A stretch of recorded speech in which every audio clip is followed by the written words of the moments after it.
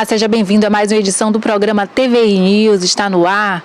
Você pode assistir a gente pela sua TV a cabo, canal 24.2. Pode também assistir ao vivo pelo YouTube, canal TVI Oficial, né? E pode inclusive compartilhar nas suas redes, pode enviar perguntas pelo chat, sugestões e participar junto com a gente, tá? Também estamos no Facebook e os endereços eletrônicos estão aparecendo aí na sua tela para você acompanhar, tá certo? E é isso aí, o programa de hoje, nós temos muitas novidades, vamos atualizar você sobre as notícias, né? Também vamos falar sobre vinhos, né, para o Natal, qual é o vinho indicado, se os vinhos combinam com determinado tipo de comida. A sommelier Sheila Bulhões vai conversar com a gente sobre isso. Também vamos falar um pouco sobre a partida do ex-prefeito José Alduque Teixeira, né, que faleceu com 100 anos de causas naturais e deixou aí o seu legado para a cidade de Itabuna, né, as obras que ele realizou e também os valores, né, que ele sempre teve e foi sempre elogiado aí pelas pessoas que o rodeiam. Vai vir a historiadora Janete Ruiz conversar sobre isso, porque ela fez um livro sobre a história do ex-prefeito. Então, temos muita coisa boa, fica aqui com a gente, né? Daqui a pouquinho nós vamos falar a previsão do tempo para você se programar sobre as principais cidades da região, tá? E temos também música hoje, sexta-feira, sextou no TVI News, vamos ter música também com a cantora Adimes Aquino, que daqui a pouco vai estar aqui com a gente, a cantora gospel Adimes Aquino, então daqui a pouco vai estar com a gente. Hoje também vamos ter o quadro Trilhas da Sustentabilidade, né? Que é sobre o meio ambiente, né? E tem aí muitas pessoas que acompanham aí toda sexta-feira esse quadro Trilhas, tá certo? E a nossa primeira entrevistada vai ser a Sheila Bulhões. Daqui a pouquinho pelo link, ela é de Vitória da Conquista, né? E ela é sommelier, essa profissão, que ela sabe, entende tudo sobre vinhos, né? E você vai compreender mais sobre esse universo nessa manhã de sexta-feira aqui no TVI News, tá certo? Então daqui a pouquinho a Sheila, ela vai estar com a gente. Olha, a Câmara de Vereadores de Ilhéus aprovou nesta quarta-feira, né, o reajuste de subsídios para prefeitos, vereadores, secretários municipais, né? Os novos valores entrarão em vigor no primeiro dia de fevereiro de 2025. Foram 14 votos a favor, 2 contra e 4 abstenções, né? Conforme a lei, o vencimento mensal bruto do prefeito ou prefeita de Ilhéus será de R$30 mil, né? 26,39% a mais do que o salário atual, que é 23 mil. Já o salário do vice subirá,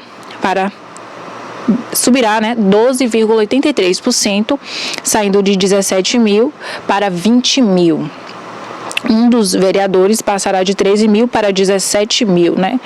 Então, vai ter esse aumento aí, foi aprovado na Câmara de Vereadores de Ilhéus, esse aumento salarial para prefeitos, vereadores e secretários de Ilhéus, tá certo?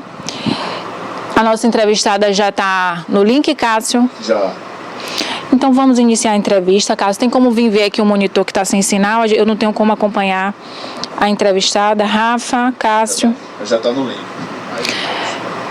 Eu não tenho como saber o que a entrevistada está falando também. Já está no link. Bom dia, Sheila.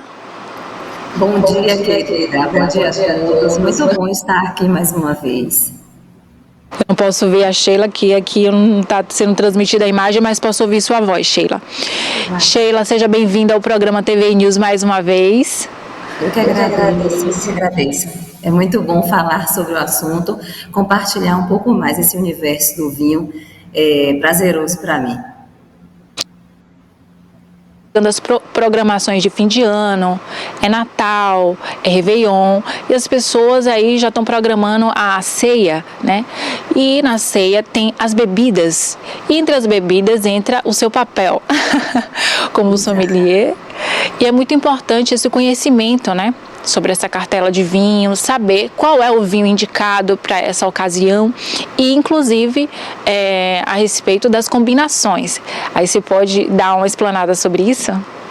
Claro, na verdade, o universo de vinho ele é rico em informação, né? E o primeiro passo, a primeira informação que eu trago é que na escolha de um rótulo, você precisa entender e respeitar o que você curte. Independente das questões de harmonização, o que cabe, o que vai melhor com tal prato e tal rótulo, é primordial que o consumidor respeite o estilo de vinho que está acostumado e que vai lhe trazer prazer. Mas falando da ceia natalina e dos pratos que envolvem ali, os vinhos que são mais recomendados para essa época são vinhos de corpo médio e leve, por conta do peru, dos pratos principais, né? Falando em harmonização também, você tem um produto que é o carro-chefe do final de ano, que é o espumante. O espumante, o champanhe, a cava, né? O espumante só quando da região de Champagne, que é uma região específica lá na França. E espumante produzido no mundo todo. Então, o Brasil ele é um grande produtor de espumante. É uma época importante para valorizarmos também o produto nacional, né? Um exemplo de grande região produtora de espumante é aqui o Vale do São Francisco. O Vale de São Francisco é riquíssimo com seus espumantes. As borbulhas encantam o mundo inteiro e fazem muito sucesso. E vai desde os brutes mais secos até os moscatéis, que são extremamente leves, adocicados e aromáticos. Fora isso, a depender do que você escolha, dentro do que você escolhe, da faixa de preço que você queira colocar como ponto indicador para o consumo, você tem uma infinidade de rótulos hoje para escolher. Uma das variedades que eu gosto bastante, Bárbara, de indicar para essa ocasião, esse período, são os vinhos produzidos a partir da uva Pinot Noir.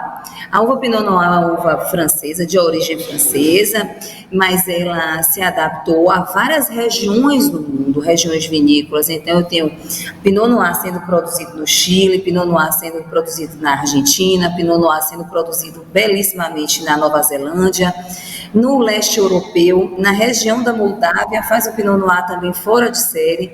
Você tem um exemplar desse vinho em várias regiões do mundo, com várias faixas de preço. E eu falo aqui de vinhos na faixa de R$40 até acima de R$1.000. Então, né, se formos falar dos Borgonhas, que é uma região específica na França, é um vinho que é uma uva que faz vinhos aromáticos, com uma certa acidez e que cabe muito bem, vai bem com o suíno e mesmo com o porco, né, com o peru, que é o prato, acho que é o prato mais apresentado, né, compartilhado nas ceias de Natal.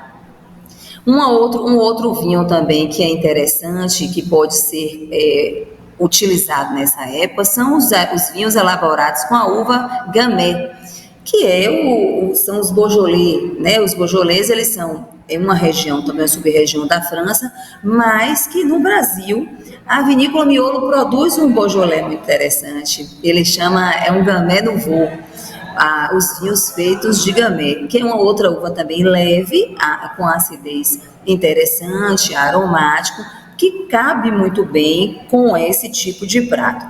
O interessante aqui a ser dito, Bárbara, é que o vinho escolhido pelo consumidor, ele deve ter a mesma estrutura que o prato. Eu vou servir na minha ceia de Natal um filé, eu vou servir então um vinho rótulo, um Cabernet Sauvignon, certo? Eu vou servir minha ceia algo muito mais leve, então eu busco um vinho mais leve. Eu não gosto de vinho tinto, os dias estão extremamente quentes, eu quero servir um branco, aí eu busco um branco dentro dessa proposta, tá? Muitos gostam de servir, dentro da ceia natalina, um bacalhau. Bacalhau também é um prato que é bem consumido. E para o bacalhau, eu posso estar utilizando ou um tinto ou um branco. Um vinho que é muito utilizado, até por conta das questões regionais, é o vinho verde. Os vinhos verdes, eles também são extremamente agradáveis e que dentro dessa proposta consegue atender bem, né? Imagine você numa noite quente, verão, né? Uma noite quente, Natal, você vai estar compartilhando um vinho extremamente agradável, porque colocar um tinto muito encorpado numa noite muito quente acaba não ficando tão agradável aquele rótulo, não é isso? Muito importante essas dicas que você está dando das combinações para não errar no Natal, na ceia, né? Para dar tudo certo. Então você já pega a dica da Sheila aí, já salva, ou então envia aí para os amigos, né? Compartilha pelo YouTube. Agora, Sheila, você falou sobre vinho tinto, falou sobre vinhos verdes, falou sobre vinho branco. Qual a diferença desses vinhos, né? Porque assim, para quem não entende, a gente sabe que é a cor da uva, né? Tem a uva verde e tem a uva Vermelha, né? vermelha, né? Mais Isso. escura. Então a gente sabe que isso é uma das diferenças. Mas em si, no sabor e com relação ao vinho seco, assim, eu queria que você falasse um pouco. Existe uma condição que vai ser muito fácil para que todos consigam entender muito bem a diferença entre o vinho tinto e o vinho branco. Dentro do vinho tinto existe uma substância que é o tanino. O tanino é aquela sensação de banana verde que dá na língua, a astringência. Já os vinhos brancos, eles não possuem tanino, porque dentro do seu processo de vinificação, o tanino, ele vem exclusivamente da casca e das sementes. E para a produção do tinto, eu deixo o meu suco da uva em contato com minha casca e ali existe um processo que é o processo de extração de pigmento de cor e dentro desse processo de extração eu ganho tanino. Para os vinhos brancos eu não tenho essa etapa, então eu não vou ter o tanino, mas eu tenho o quê? A acidez, que é o frescor, a refrescância que traz. Os vinhos eles podem ser brancos, tintos e rosés, né? Eu tenho três classificações nessa questão de cor.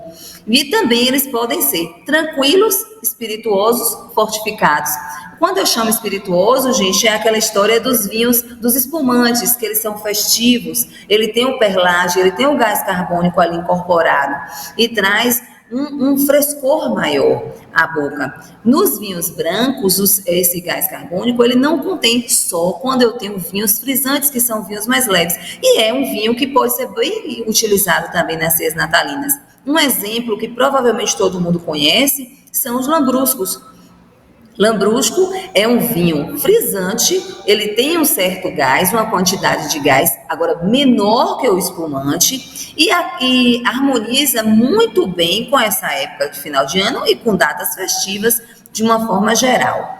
Uma curiosidade no processo de vinificação, Bárbara, é que você pode elaborar um vinho branco a partir de uma uva tinta. Basta, dentro do processo, eu separar minha casca do meu mosto. O mosto é o suco da uva. Agora, o inverso não pode acontecer. Eu não posso ter um vinho tinto sendo elaborado a partir de uma uva branca. E quais são essas uvas brancas, Sheila, que você tanto são as uvas do tipo vinífera. Um exemplo delas é a Chardonnay, a Sauvignon Blanc, a Pinot Grigio. Então, existem uvas brancas do tipo vinífera que são as responsáveis por elaborar esse tipo de produto que nós falamos aqui. Eu não falo aqui, Bárbara, dos vinhos suaves, os vinhos de mesa. Eu falo do vinho fino. Qual a diferença, Sheila, do vinho de mesa, esse vinho fino, para esse vinho, o vinho de mesa para o vinho fino? É exclusivamente a uva a qual é produzido, a família dessa uva. Esse vinho de mesa, os vinhos populares, eles passam por correções, né? Adição de álcool e adição de frutose também. Os vinhos finos, que esses elaborados a partir das uvas viníferas, eles não recebem nenhum tipo de correção. Então, eu não vou ter álcool, açúcar, frutose de nada. Ele vem exclusivamente do processo de vinificação, nessa transformação do suco de uva para o vinho, que são reações químicas que acontecem, né? A fermentação é a transformação dos açúcares contidos naquele suco em álcool. Resumidamente, né? Deixa eu te perguntar a respeito do... Por que os vinhos, eles são melhores quando ficam mais velhos, né? Essa questão da fermentação que você falou? Existe também um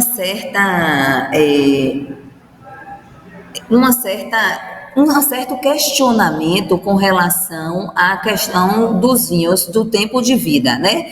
Falam assim, quanto mais velho melhor, Sheila, nem sempre.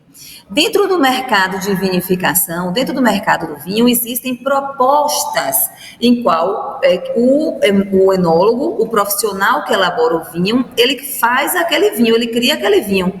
Vamos imaginar o seguinte, eu tenho um alimento que ele tem um tempo de vida muito mais curto e tem um alimento que o tempo de vida dele pode ser mais longo, né? Isso tem a ver com conservante? Não, tem a ver com a qualidade do mosto, da uva em si.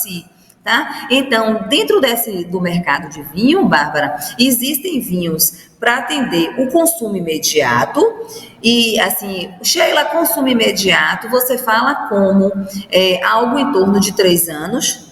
E você tem vinhos com a proposta de vinhos de guarda, vinhos que ficam 10, 15, 20, 30 anos ali perfeitos e que o tempo vai melhorar muito mais aquele produto. Agora, dentro desse crivo, é interessante que o consumidor peça uma orientação dentro do estabelecimento onde ele adquire ou mesmo fique atento. Imagine, Bárbara, um vinho que você vá ao supermercado ou mesmo uma adega, passe por aqui por Vitória da Conquista, venha na adega Granvino e vou adquirir um rótulo de, sei lá, na faixa de R$50. Esse rótulo de R$50, logicamente falando, ele não tem como ter uma condição de permanência em qualidade com mais de 5 ou 8 anos. Por melhor que ele seja e por mais justo e honesto que seja o seu cliente, o seu fornecedor, né? Eu falo justo e honesto porque, gente, nós sabemos que o custo de um vinho na vinícola, para o lojista, ele passa por uma cadeia de fatores, não é isso? E isso acaba agregando valor e o preço dele ficando um pouco mais alto. Mas se eu tenho um rótulo de 300, 500, 1.000, 2.000, 3.000, 20 mil reais, aquele rótulo mais caro, ele obrigatoriamente, ele tem que assumir, se for da proposta dele, tá? Tem que assumir uma condição de tempo de vida útil maior. E isso significa dizer que ali, ele é melhor ou pior que o outro? Não, ele simplesmente é diferente porque a proposta que ele traz é outra, entendeu? Eu sou iniciante no mundo do vinho. Eu não gosto de vinhos, eu não tenho ainda a sensibilidade em perceber uma condição de um vinho muito mais caro. Para que eu vou adquirir um rótulo caríssimo? Eu vou investir em algo que eu não vou conseguir explorar. É aquela história, é uma Ferrari nas mãos de uma pessoa que mal aprendeu a dirigir. Então, eu tenho que entender que eu, como consumidor também, eu tenho que entender qual a etapa nesse universo de vinho eu me encontro para saber investir bem em cada garrafa. Por isso que eu iniciei a minha fala contigo falando o seguinte: independente de qualquer condição e qualquer prato que eu venha servir, eu tenho que respeitar o que eu aprecio. Por que eu falei isso? Porque não adianta eu virar e falar para você, Bárbara, dentro dessa harmonização, é interessante que você harmonize com Cabernet Sauvignon e você não curta a variedade. E aí não vai lhe trazer prazer nenhum. E esse ponto, que é o ponto-chave, tem que ser prazeroso a degustação. Você não vai atingir porque você não está preparada ainda, seu paladar não está preparado para assumir aquele vinho, entendeu? Então, é um mito achar que o vinho mais caro é o melhor vinho ou que o vinho mais caro, ele tem que ter um tempo de guarda maior. São muitos fatores que estão ali envolvidos dentro desse processo de condição de precificação. Certo. Então, Sheila, na pessoa que vai adquirir esse vinho, ela vai estar atenta ao rótulo, como você explicou detalhadamente, e também vai encontrar existe uma data de validade ou não? Não. O tempo, é esse que traz essa dificuldade para o consumidor iniciante, que é, para mim, ao meu ver, maior, quando você não tem um fornecedor correto. Porque eu digo, eu estou no mercado de vinho há quase 30 anos. E eu sempre me preocupei muito com o que o cliente fosse encontrar na gôndola, independente dessa condição de comerciante. Se eu, como comerciante, que sei escolher seu tempo de vida útil daquele vinho, deixo permanecer numa prateleira para que meu consumidor venha adquirir e comprar um vinho estragado, oxidado, eu não estou sendo justa com ele, correta. Aí a dica é, gente, olha, dentro do rótulo do vinho, você tem uma safra. Ele escreve lá safra. A safra é o ano da colheita do vinho. Eu vou pegar um vinho branco, tem lá a safra 2020. Eu colhi em 2020, eu vinifiquei em 2020 e provavelmente final de 2020, porque a vindima, boa parte, é em março. Isso depende muito do país, se é velho mundo, novo mundo, Europa ou não, né? Por conta do tempo da safra, mas eu vou falar de uma forma geral para que vocês consigam entender.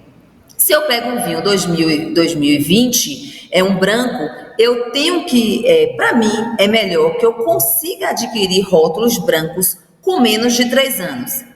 Certo? Então, se eu tenho um 2020, hoje 2023, eu vou pegar um vinho de Sauvignon Blanc, tá aceitável. Um de Chardonnay tá massa.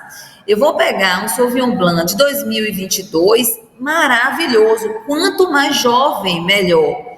Entendeu? Para os brancos. Os tintos, eu não preciso ter essa preocupação, mesmo sendo vinhos de entrada, porque o tempo de vida do tinto, ele vai ser maior que o branco, de uma regra geral. Eu vou imaginar que essa escala vai ser em torno de 5 anos. Para os vinhos mais elaborados, na faixa acima de 80, 100 reais, os reservas, gran reservas, aí você vai subir essa linha, esse crivo, para até 8 anos, entendeu? Aí, claro, avaliando a variedade, avaliando a região e mesmo o custo desse produto, certo? Então, se eu tenho esse produto mais jovem, eu quero um vinho mais jovem, um tinto de Pinot Noir. Eu vou pegar um tinto de Pinot Noir com a safra mais recente. Eu tenho um tinto de Cabernet Sauvignon, que é uma uva mais encorpada. Eu não preciso necessariamente pegar um Cabernet Sauvignon tão jovem. Eu posso pegar um Cabernet 2020, 2018, 2016 e ele vai estar perfeito. Entendeu? Por que o Cabernet Sauvignon? As uvas mais encorpadas, elas trazem uma estrutura maior e ali permite que aquele vinho esteja perfeito e maravilhoso para tomar depois daquele período. Foi clara, Bárbara? Foi bem clara.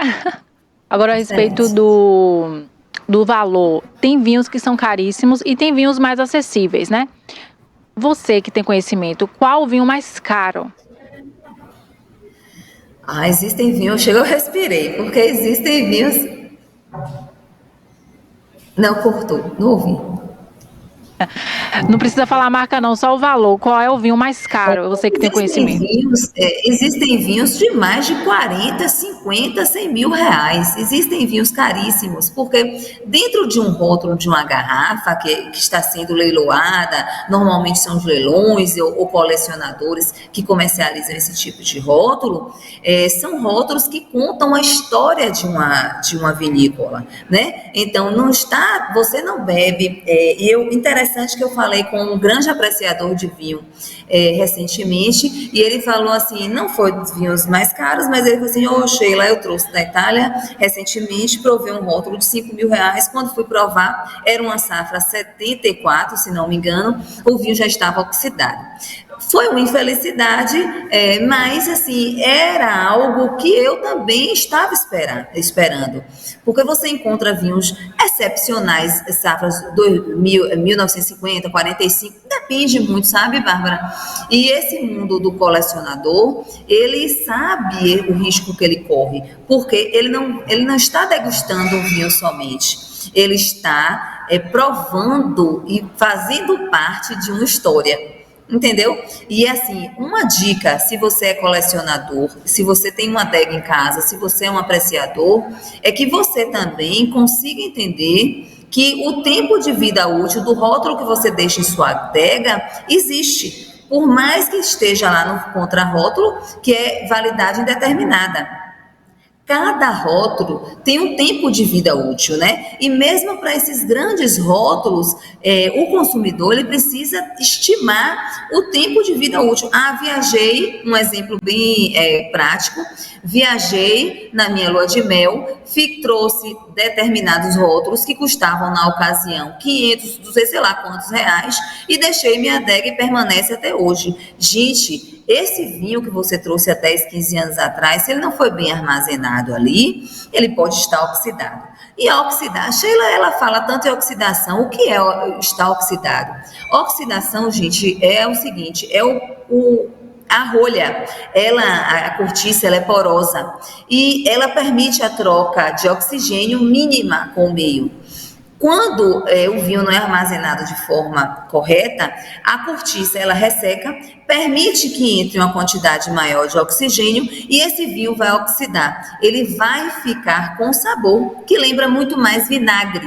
Então você não vai ter notas de fruta, você vai ter notas que lembrem mais um vinagre do que qualquer outra coisa. Ele vai perder cor, ele vai perder vivacidade, ele não vai ter nenhum aroma que lhe atrai. Pelo contrário, ele vai trazer aromas, cadeias aromáticas que não são tão agradáveis para o homem.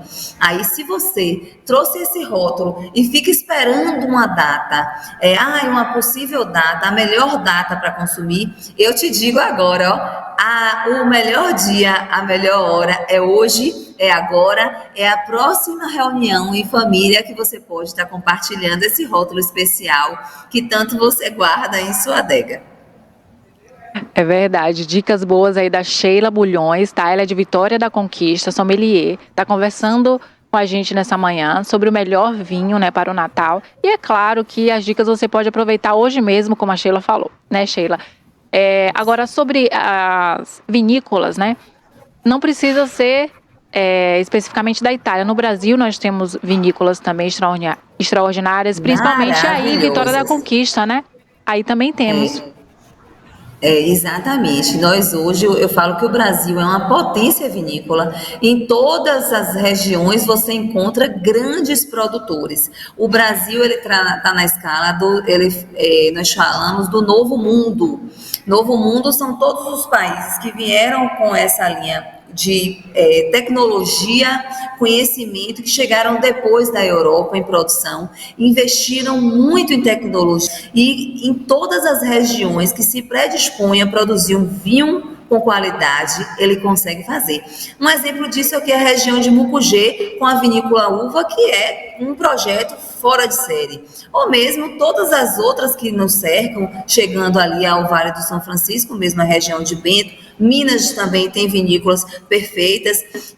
Eu acho que, Bárbara, que o brasileiro ele é muito dedicado em tudo que faz e quando se propôs a estudar e investir em algo tão grandioso e bonito que é esse universo do vinho, estão fazendo da melhor forma possível. Nós temos rótulos excepcionais. E falando da parte de não só de produção, mas de comercialização, o Brasil também ele investiu e se tornou um grande espaço para o consumidor. São inúmeras lojas, adegas, que comercializam rótulos diversos, né? São mais de 80 mil, acho que 80, 90 mil rótulos já disponíveis no mundo do vinho.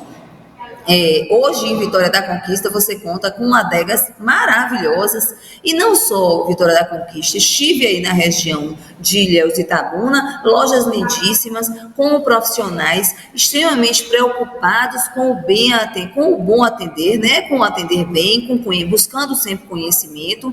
A informação hoje é algo que no mundo do vinho é algo que todos estão buscando e isso faz com que nós brasileiros sejamos sejamos grandes consumidores e influenciadores nesse universo de vinho. Claro que o consumo per capita, nós temos um consumo per capita muito ínfimo, comparado aos países da Europa. Nós brasileiros consumimos algo em torno de 2,6 litros ano, enquanto que em alguns países europeus o consumo per capita chega a ser maior que 50. Diz que a cidade do Vaticano, em 2020, teve o maior consumo per capita do mundo. Então, são informações assim impressionantes que trazem esse universo, né? Que bom conversar com você, Sheila, e saber essas informações, esse conhecimento, né? Muito importante. Quero agradecer sua participação e, inclusive, pode deixar sua rede social para as pessoas conhecerem o seu trabalho também, né? Fica à vontade. Bárbara, eu que agradeço. Acho que vocês já perceberam, é apaixonante esse universo para mim. Compartilhar informação do mundo do vinho sempre fez parte de minha vida. Como docente que seguia 15, 20, quase 20 anos como docente na área acadêmica, nos cursos de gastronomia, responsáveis pelas disciplinas de enologia, sou extremamente encantada e fico muito feliz em poder falar a respeito. Quem quiser ter um pouco mais de informação, minhas redes sociais é Sheila Bulhões, meu Sheila é SCH, gente, Sheila Bulhões, e através do Instagram também da Granvino, Adega Granvino, vocês encontram o meu, e lá no Instagram eu falo um pouco mais do mundo dos vinhos, sempre trago dicas, fico à disposição, quem tiver dúvida pode mandar o direct, tento responder o quanto antes, ajudando a transformar a ceia de Natal de cada um mais perfeita e dentro da harmonia de bolso e estilo, né? Bolso e estilo do vinho para vocês. É isso aí, muito obrigada, Sheila. Eu que agradeço. Até a próxima. Bom Natal, se eu não tiver a oportunidade, ó. Beijo. Você vai ter. Ai, que bom. Beijo. Obrigada, Bárbara. Bom dia, gente. Bom dia. Isso aí, o TV News está no ar. Você recebeu dicas de vinho aí com a Sheila Sommelier, de Vitória da Conquista. Falou sobre vinho, as melhores uvas, né? Falou também sobre os valores, para você ficar bem informado, tá certo? Agora temos aqui a entrevistada, né? A Janete Ruiz. Ela é historiadora, professora também, está aqui com a gente. Vai conversar um pouco sobre o livro dela que ela fez em homenagem ao ex-prefeito de Itabuna, José Alduque Teixeira, né, que viveu 100 anos, e ele foi eleito prefeito aqui em Itabuna na década de 70. E estamos aqui. Bom dia, seja bem-vinda, professora. Tudo bem? Bom dia, Bárbara.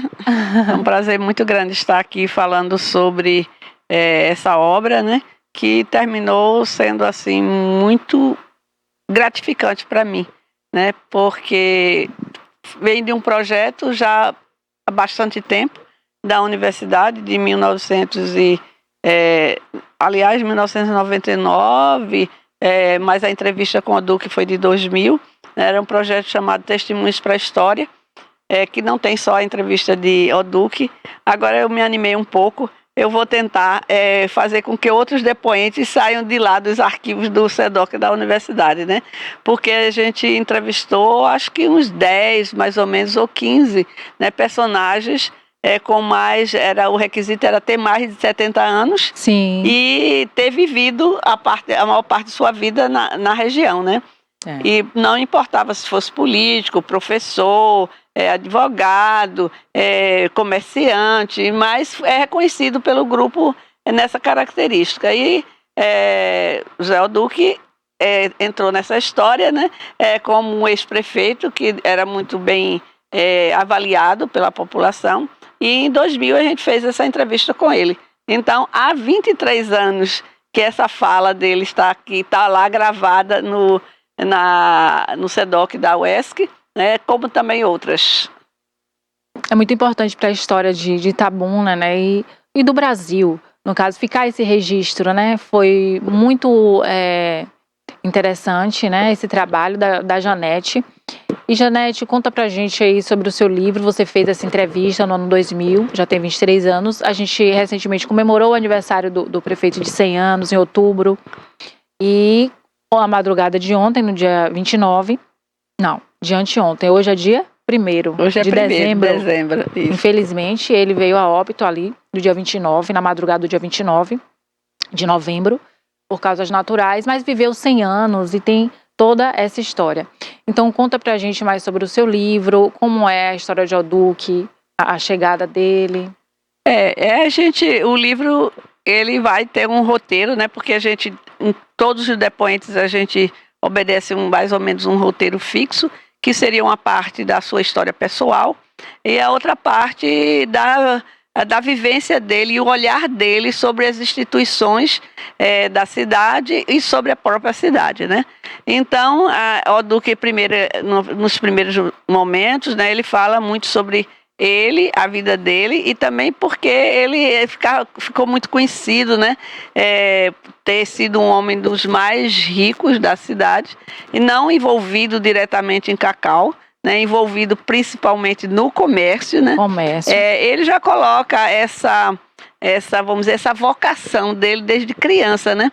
Porque uma das colocações que eu fiz, que ele morava num pequeno povoado em Ribeirãopolis, lá no Sergipe, e aí eu perguntei a ele, e o senhor não... Os pais eram agricultores, né? Aí eu perguntei, o senhor se envolveu desde criança na agricultura? Ele não, porque eu nunca gostei muito, certo? Eu ficava mais com minha mãe vendendo doces, que ela fazia muitos doces, e eu vendia. E também eu entregava pães de uma padaria bem cedinho e depois eu cobrava. Então, isso antes dos 12 anos, gente, porque ele chegou aqui por volta de 12 a 13 anos. Então, essa atividade foi uma atividade que ele exercia lá, na sua terra natal, né? Que ele disse que veio para cá porque a mãe dele faleceu, ele ficou muito triste, o pai casou de novo, e aí ele acompanhou uma tia. E é assim uma história excepcional, porque ele ficou sozinho.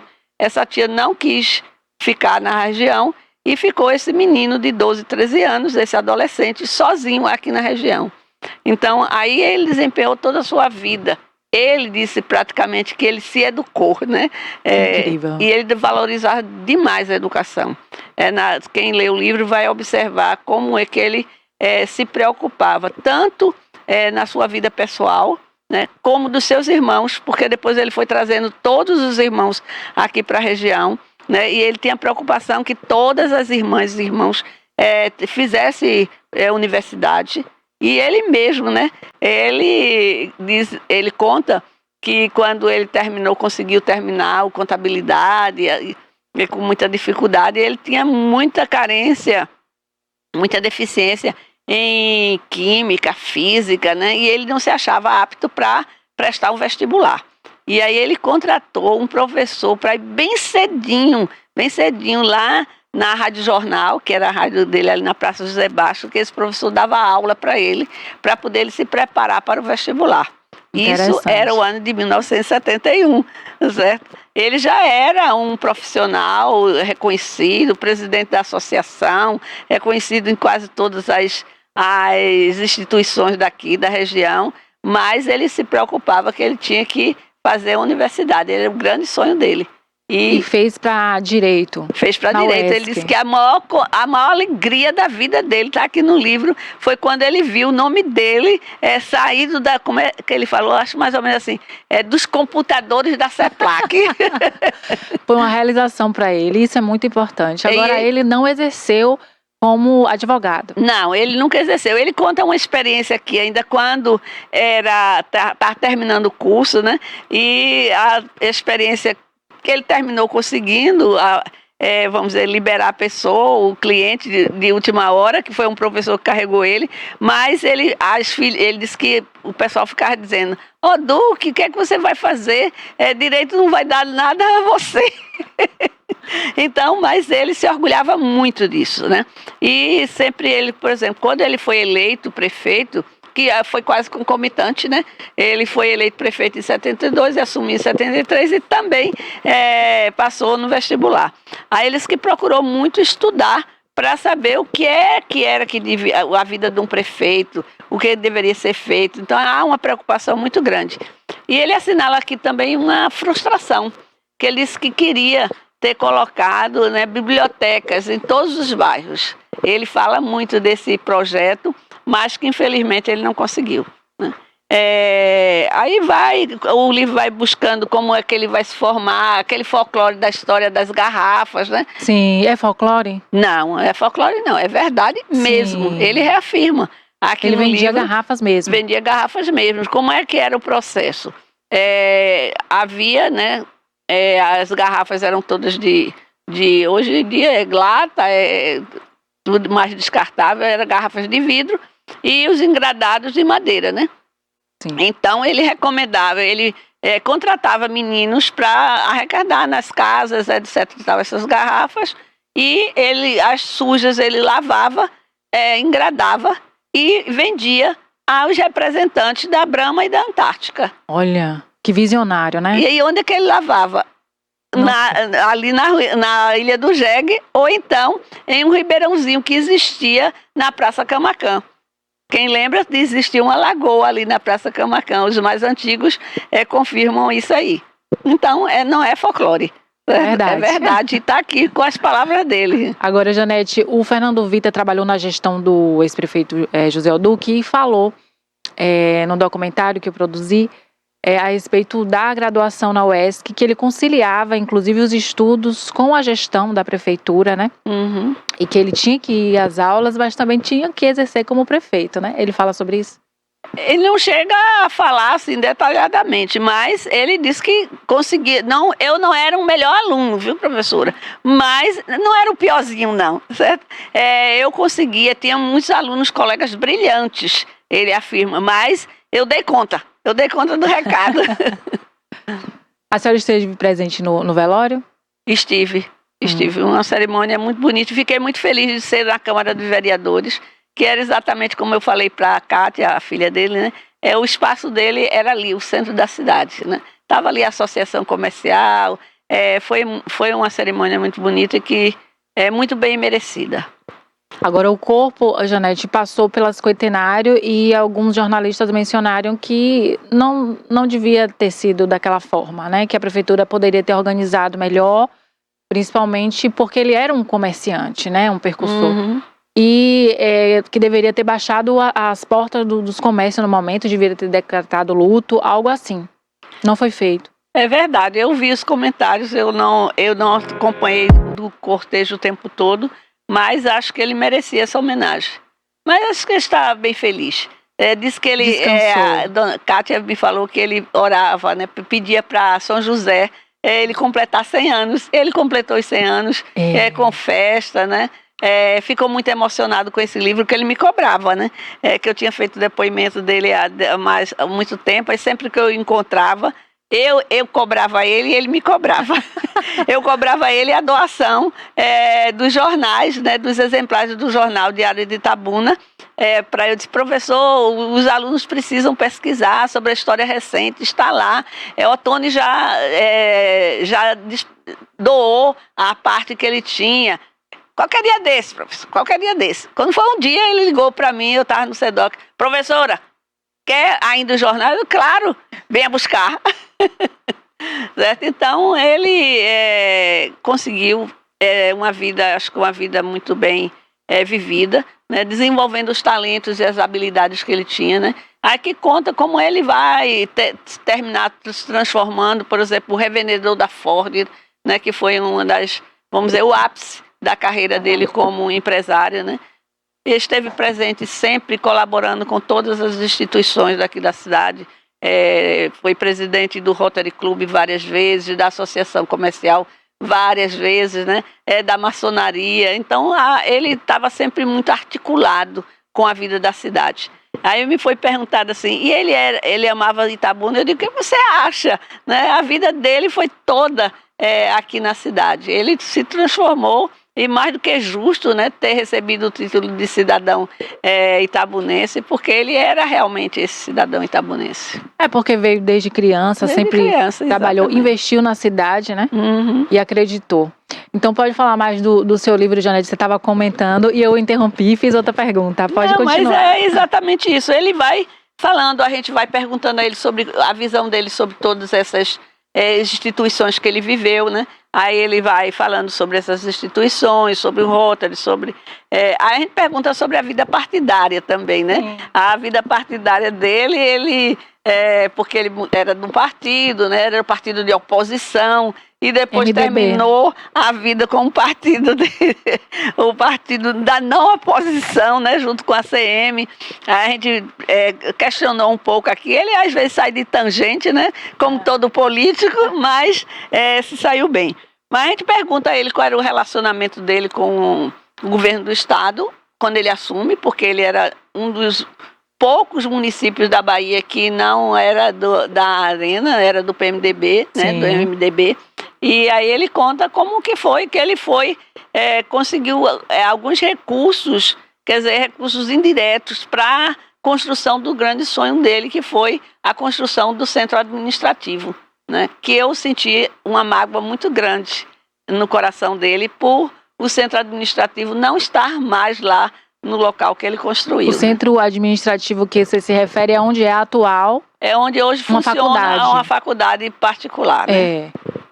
Então ali foi ele que construiu aquele prédio. Ele construiu. Quando ele disse que assumiu, a prefeitura era na Praça ali, Olímpio Leone, onde acho que funciona alguma coisa eleitoral. Da Justiça Eleitoral. E ele disse que aquilo ali era uma coisa horrorosa, não dá para ninguém trabalhar. E aí o sonho dele foi construir um centro administrativo que juntasse os dois poderes ali, né? E ele não tinha dinheiro, recursos para fazer o projeto era muito caro, e aí ele consegue, junto ao governo do estado, o projeto. Aí fazem um projeto, mas é com recursos de Itabuna que ele constrói o prédio. Que fica ali na Praça José Bastos hoje. Exatamente. A gente já sabe qual é. Bem, e aí a gente pede falar um pouquinho sobre a apresentação, né? A apresentação do livro é do rotariano também, João Otávio, né? Que fala que tem um título, O Duque, o Sergipano Vitorioso. Ele deu esse título, né? Agradecer aqui ao doutor João Otávio por esse prefácio. E o prefácio, propriamente dito, foi feito por um colega que você assistiu lá, né? O professor Blume, porque ela, falando como historiador, não é uma entrevista, é um depoimento, né, de história oral, que é um dos procedimentos que o historiador tem utilizado para fazer história recente. Né? Janete, você como historiadora acompanhou ali a história de O Duque, escreveu um livro, participou também de alguns momentos importantes, inclusive que você conta. É emocionante nesse momento, né, você ter nas suas mãos um pouco dessa história? Olha, é assim, gratificante, muito gratificante e estimulante para fazer outros, porque a gente tem lá alguns que já se foram, aí a gente ficou devedor, como por exemplo Francolino Neto, ou professor Flávio Simões. Então são homens que deram esses seus depoimentos, ou Juca Faiate, porque quando eu cito assim, pessoas, advogados, ou políticos, ou professores, penso que a gente só entrevistou pessoas assim, vamos dizer, de maior passagem na sociedade. Mas a gente entrevistou Juca Faiate, que é um personagem assim, maravilhoso, né, da cidade, que marcou a história da cidade. Alfaiate que fazia roupa. Isso, exatamente. Sim. E foi jogador de futebol. Foi jogador de futebol. Então ele é uma personagem muito interessante e vamos ver se a gente retira de dentro das gavetas e eles vão para as prateleiras e para os olhos dos leitores. Muito bom. É interessante conhecer um pouco da história, né, do ex-prefeito, que se mistura com a história de Itabuna também, como a Janete falou, que ele foi nomeado cidadão de Itabuna, apesar de ter sido de Sergipe, né, Ribeirópolis, Sergipe. Isso. Ele veio, então, desde pequeno, e veio com a tia, mas aí depois ele ficou, e aqui ele continuou, construiu a família, inclusive tem uma história de amor também, com a esposa, né, que é a Almenaide. Ah, você quer que eu conte que ele raptou a noiva, né? A história é o seguinte, né? Ele disse, eu vou contar, porque todo mundo vai falar mesmo, então eu vou contar, né? Aí ele disse assim, foi o seguinte, eu morava na rua Rui Barbosa, né? Ele conta bastante, a Rui Barbosa é bem emblemática na história dele, né? Ele trabalhava e morou lá e conheceu a Almenaide lá.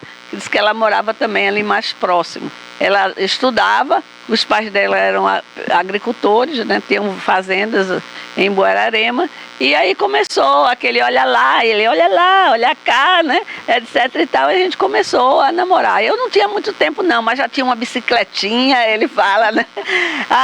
Mas os pais dela não aprovaram o namoro. Me chamavam até de amarelo, ele disse, certo? Ou seja, ele era um rapazinho, né, de pouco tempo, e a família não aprovou o namoro e terminou. Como eles continuaram, mesmo com a proibição, aí então tiraram ela de Itabuna, levaram para a fazenda. Aí então ele arquitetou roubar a moça. E foi lá, todo preparado, com carro e tudo mais. Chegou lá, ela topou, o pai não estava, só estava a mãe. Ela topou, botou no carro e trouxe. Certo? Deixou na casa de um amigo, organizou o casamento, certo? Convidou as amigas dela para ser dama. Tudo direitinho, viu, professor? Eu roubei a moça, mas foi tudo direitinho. É história de amor. Agora tem o documentário, tem livro, agora falta um filme. Aí faz uma história de romance. Quem sabe, né? Quem resolve juntar todos esses materiais e fazer uma história, né? Vai dar bom, viu? É boa ideia. Um desafio para você que é da área de comunicação, viu?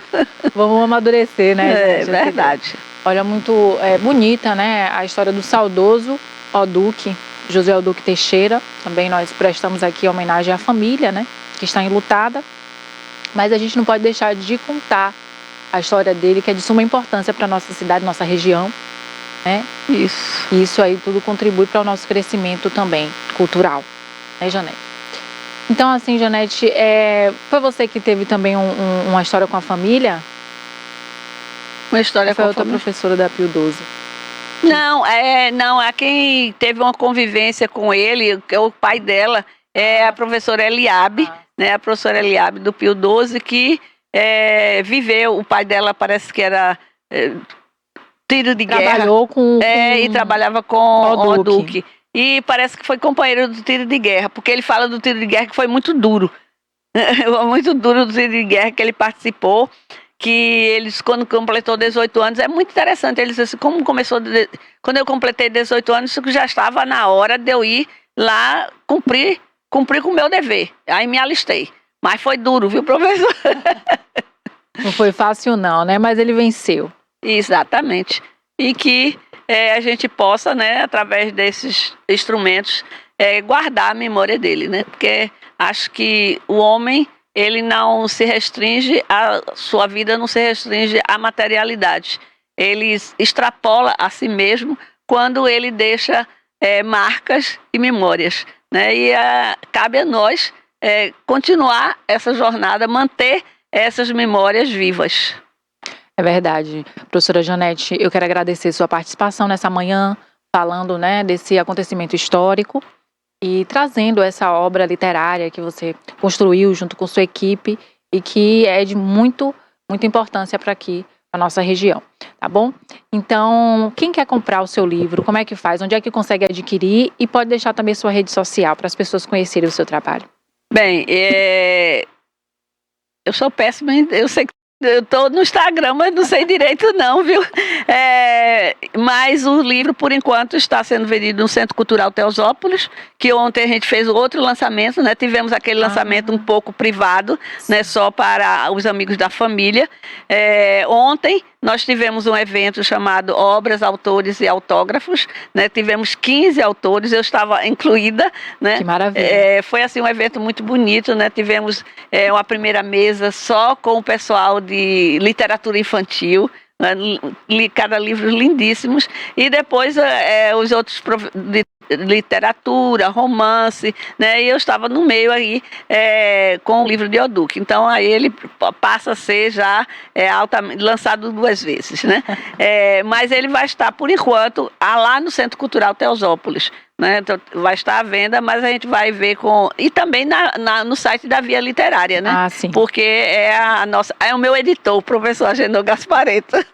Que maravilha. Lembrando que teve o primeiro lançamento do seu livro no próprio aniversário. No dia do aniversário, exatamente. Nos 100 anos. E depois ela fez mais os lançamentos com famílias, amigos, e fez esse outro no dia 30. Exatamente, que foi ontem. Ontem estávamos lá no agito organizando. Tá bom. Quero parabenizar o seu trabalho, Janete, e desejar sucesso, que você também consiga fazer essas outras obras que você está prevendo, que vocês estudaram, já fizeram, até dos que já se foram. Isso. Mas que a memória não fique esquecida. Que para não ficar lá nos arquivos. Isso, para não ficar lá nos arquivos. Então, parabéns e muito obrigada, tá bom? Obrigado, Bárbara, por essa oportunidade e que bom que a gente consegue homenagear as pessoas. É verdade. Olha, vamos de previsão do tempo e daqui a pouco tem uma cantora aqui, a Dimes Aquino, que ela é muito famosa aqui na região, cantora gospel, e vai cantar, vai conversar aqui com a gente, ela já está aqui nos bastidores, tá? Então vamos agora de previsão e depois a Dimes vai participar aqui com a gente, tá bom? Previsão do tempo para Ilhéus. Temperatura mínima de 24 graus, máxima de 30, probabilidade de chuva 4%. Tempo parcialmente nublado. Em Itabuna, a temperatura mínima 23 graus, máxima 32, com probabilidade de chuva 17%. Tempo parcialmente nublado aqui em Itabuna. Para Borarema, a mínima fica em 23 graus, máxima 32, com probabilidade de chuva 11%. Tempo parcialmente nublado em Borarema. Para Itacaré, mínima de 25, máxima de 28 e probabilidade de chuva 4%.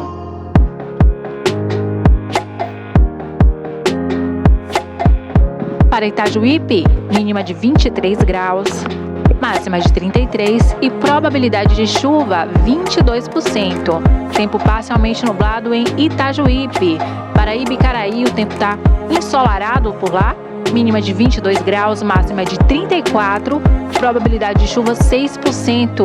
E em Canavieiras, a mínima fica em 24 graus, máxima de 30 e probabilidade de chuva 4%.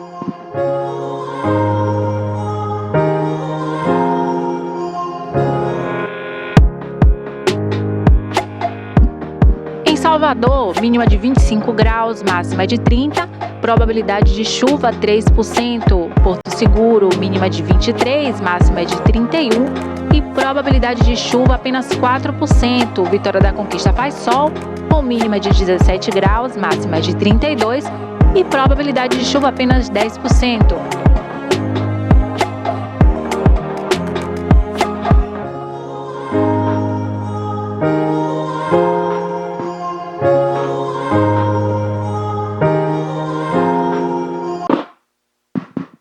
É isso aí, para você já se organizar, se vai levar o guarda-chuva ou não, né? Não vai ter chuva por essas cidades aí, o tempo tá firme. Olha, temos a cantora Dimes Aquino aqui, cantora gospel, muito linda, já tá aqui com a gente. Bom dia, Dimes, bem-vinda. Bom dia, Bárbara, é sempre um prazer estar aqui nesse lugar. Que bom, vamos conhecer um pouquinho da sua história hoje, né? E ouvir um pouquinho dos louvores, porque a melhor coisa que a gente faz é adorar a Deus, né, Dimes? Verdade, com certeza. Foi para isso que nascemos, para ser adoradores. Isso. Para adorar Ele, a quem merece. Isso aí. A Dimes, conta pra gente quando você começou a cantar, como você descobriu, né, esse dom. Então, Bárbara, minha mãe fala que é desde cedo, né? Ela fala que é desde a maternidade. Eu falo, eita! Mas assim, eu fui criada, né? Na Assembleia de Deus, você sabe como é, né? Os grupos e tal, ali de criança. Eu participei do grupo Cordeirinho de Jesus. Eu sempre falo isso aqui. É aqui que eu olho? É aqui. E ali, Deus sempre usando os profetas para falar. E eu, com apenas 4 aninhos, eu já cantava, né? Mãe fala que eu já cantava com aquela intensidade já, desde pequenininha, mesmo sem falar direito. Mas já cantava, mas comecei a cantar mesmo assim, vamos dizer assim, para valer, né? Dos 12 anos em diante. Que legal. E aí você costuma cantar nas igrejas, você também faz shows, como é que funciona essa carreira? Isso, né? Para a glória de Deus, Ele que faz, né? Ele tem nos levado a cumprir essas promessas, né? Que foram ditas há anos atrás. E para a glória dele, a gente tem rodado, né? Todo o Brasil, né? Para a glória dele. Maravilha. E Bahia também. Só falta exterior agora. Pronto, mas o céu é o limite. Amém. Admis, tem algum seu que também é cantor, você se inspirou em alguém? Você fala que você já canta desde criança. Mas teve alguma inspiração que fez você continuar nessa carreira de cantora? Sim, inclusive a minha própria mãe, né? A minha mãe, ela tem um vozeirão, canta muito e toca violão também. Aí já vem meu avô, que é o pai da minha mãe, que cantava também, né? Eu estava ouvindo aqui a história de Oduque, né? Sim. Ele chegou a conhecer, hoje meu avô já está na eternidade, né? E ele, quando não é evangélico, ele já puxou muito cordão de carnaval aqui cantando. Olha. Então é de família mesmo. É de família, E aí já vem meus filhos agora também cantando e por aí vai. Que bom, maravilha. A melhor coisa, né? Louvar ao Senhor. É. Admis, você preparou algumas músicas aqui e vamos começar. Qual a música que você quer iniciar? Vamos começar. Eu trouxe música autoral, né? E Sim. trouxe músicas também conhecidas, né? Que é Sim. bom diversificar. Tá bom. E eu queria começar cantando Eu Sou Teu Pai. É uma música muito linda da Valesca Maísa, remete a gente colocar Deus como prioridade em tudo na nossa vida. Eu vou ficar de pé, viu, amiga? Vamos. Cássio, enquadra aqui a câmera para Admis e depois solta o som. Isso, Pode porque ficar de pé. para cantar de pé é melhor, né? O diafragma. Amém. E que nesta manhã Deus possa falar o teu coração, amém? Ele é o teu Pai. Eu não sei o que você está passando, mas Deus sabe e Ele entra com providência nesta manhã para você. Aleluia.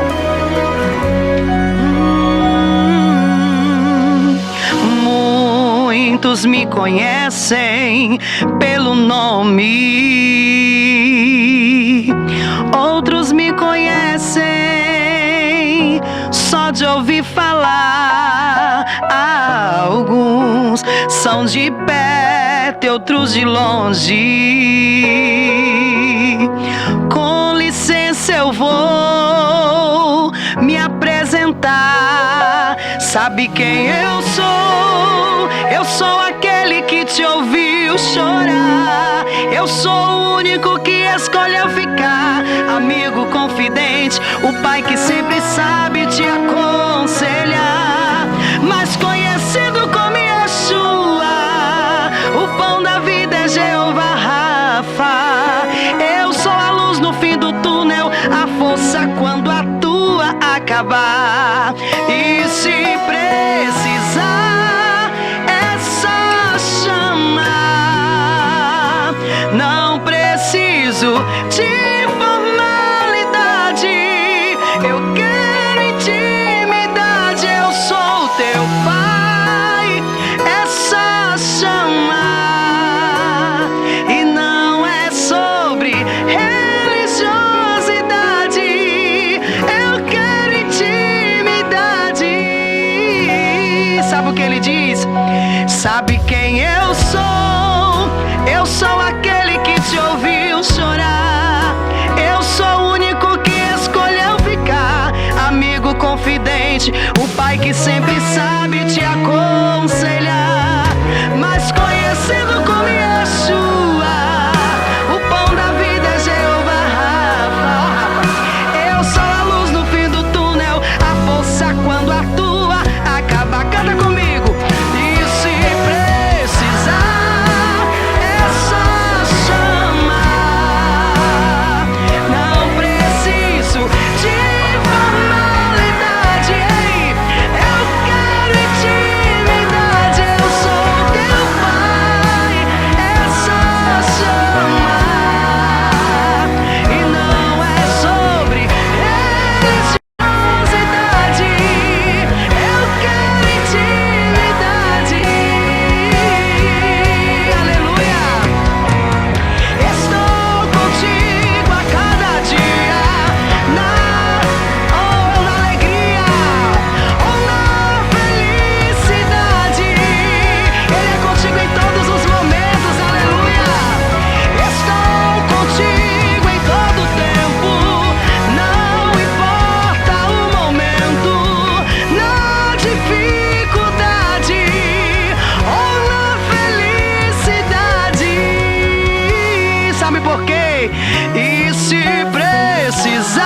notícia em tua casa. Levante as suas mãos e adore a Ele assim. Não precisa de muita coisa para você se achegar a Jesus. É muito simples. Eu sou o teu Pai. É só chamar. E não é sobre religiosidade. Eu quero intimidade. É só chamar. Não preciso de formalidade. Eu quero intimidade. Eu sou o teu Pai, o teu Pai. É só chamar. Não é sobre religiosidade. Eu quero intimidade. Que Deus abençoe sua vida nesta manhã, amém? Queira intimidade com o Senhor, é o melhor para a tua vida. Deus abençoe. Amém. Parabéns, Glória. Adimes. Glória a Deus. E a cantora Adimes vai continuar aqui com a gente.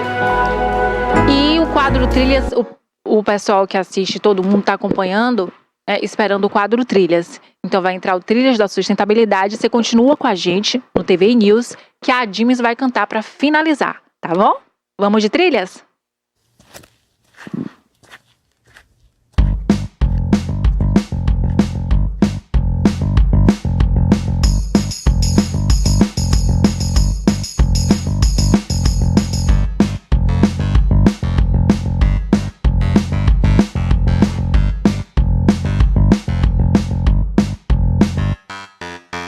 Se você não sabe o que é empreendedorismo feminino, me dá um minutinho que eu te explico.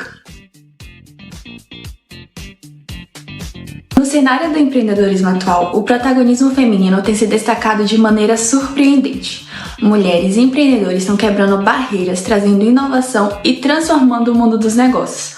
Com coragem e determinação, elas estão construindo empresas de sucesso, contribuindo para o crescimento econômico e a geração de empregos. As empreendedoras muitas vezes enfrentam obstáculos únicos, como a falta de acesso ao financiamento e a desigualdade de oportunidades. Para promover um ambiente mais inclusivo, é necessário investir em programas de capacitação, mentorias e políticas que incentivem a participação e o crescimento das mulheres no empreendedorismo. Dessa forma, podemos impulsionar ainda mais a economia, promover a igualdade de gênero e criar um futuro mais justo e próspero para todos. Gostou do conteúdo? Então continue nos acompanhando, porque esse e outros assuntos a gente continua tratando nos próximos minutinhos. A gente se vê!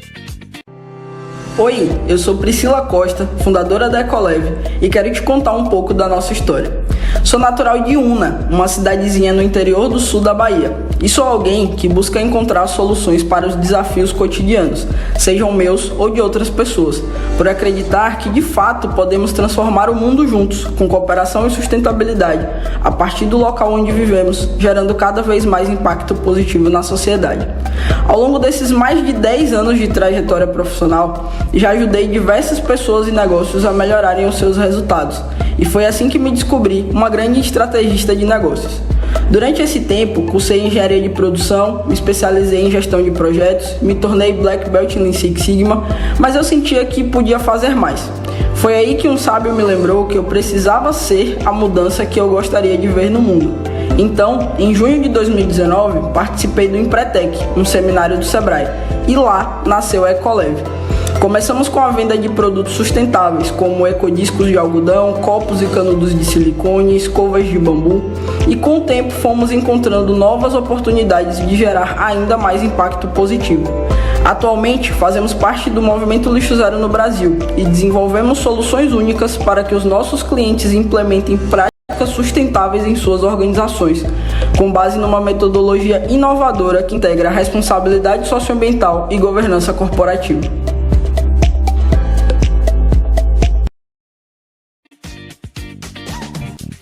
Você sabia que existe um grupo formado por mulheres que ajuda na promoção da igualdade de gênero, raça e condição social? E é disso que vamos falar hoje. Não sai daí!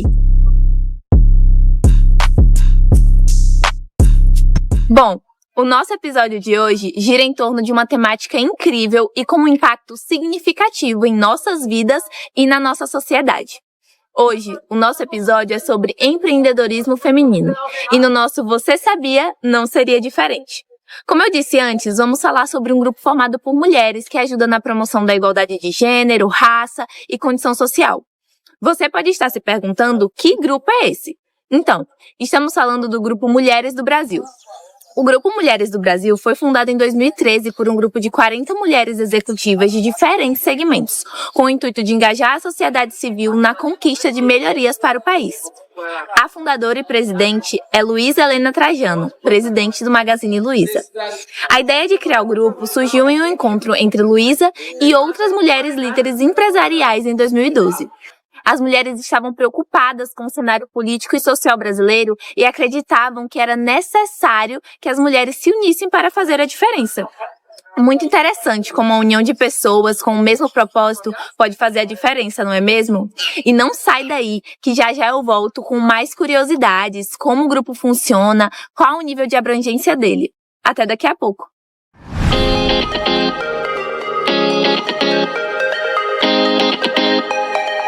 Falar de empreendedorismo é falar de realidades. Por isso, eu resolvi falar daqui, da minha realidade. Aqui começa o meu empreendedorismo.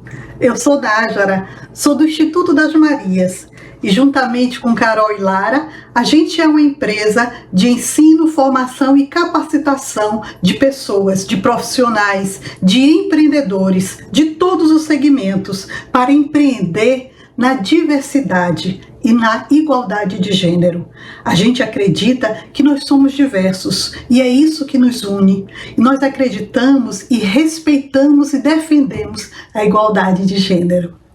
Nós somos de Ilhéus, do território de identidade sul da Bahia, para além das terras grapiúnas, para todo o Brasil. O Das Marias é uma empresa de ensino, formação e capacitação, naquilo que a gente entende como Mude das Marias de empreender. Nós entendemos que o empreender deve ser focado em 3 pilares. No primeiro pilar, o empreendedor se identifica e se reconhece como produtor e como detentor das riquezas do trabalho que sustentam a sociedade, a nossa sociedade e também as nossas famílias. No segundo pilar, havemos de desenvolver práticas, principalmente comportamentais, alinhadas aos 17 Objetivos de Desenvolvimento Sustentável, especialmente o objetivo 5, que é a igualdade de gênero. 2030 bate a porta. Todos os empreendedores deverão estar alinhados a esses objetivos sustentáveis. No terceiro pilar, a gente desenvolve, juntamente com o empreendedor, ferramentas e objetos de gestão do seu negócio. Para o Das Marias, ser empreendedora é algo natural e algo ancestral. Natural porque o empreendedorismo diz respeito à resiliência. É natural do ser humano essa resiliência e há momento mais propício para sermos resilientes do que esse, momento de crise, momento de conflitos. Sejamos resilientes. É a partir daqui, das nossas respectivas mesas de trabalho, que Nájara, Carol e Lara estão vencendo seus desafios como empreendedoras. O principal desafio nosso é ultrapassar, é vencer a concepção de que educação não tem valor. As pessoas se encantam com o nosso trabalho, mas poucas querem pagar. Eu acho que precisa entender que professora não dá aula, a gente vende o nosso trabalho. Mas é daqui também, de muito estudo, que a gente recebe a nossa principal conquista, porque é aqui que a gente estuda e é aqui que a gente se torna referência. A principal conquista que o Das Marias teve até o momento é o reconhecimento, é sermos referência em empreender na diversidade com um diferencial de igualdade. Essa é a nossa maior conquista, ser referência em empreendedorismo em diversidade e igualdade de gênero. Para o Das Marias, empreendedorismo é a via mais viável e importante para chegarmos aos 17 Objetivos do Desenvolvimento Sustentável. O das Marias é a concepção de que nós somos rede, fundamentadas no nosso mote, eu sinto você. E nós somos uma, mas nós não estamos sós.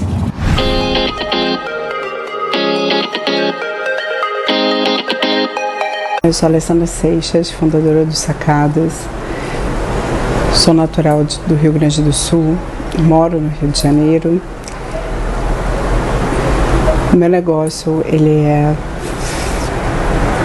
direcionado para a área feminina, para a saúde feminina, para a democratização do acesso às informações, para melhorar pré-diagnóstico. A gente trabalha com o uso de inteligência artificial, né, para poder melhorar e antecipar esse tempo. Empreender para mim é algo muito natural, porque eu empreendo desde nova, né? Eu comecei a empreender aos meus 18 anos, tive uma rede de academias e eu sempre gostei de me desafiar. Empreender para mim é estar me desafiando o tempo todo, adquirindo cada vez mais conhecimento, que é a parte importante do processo. Um dos maiores desafios para mim é em relação a investimento para a área de mulheres, que é mais difícil, principalmente na área de tecnologia.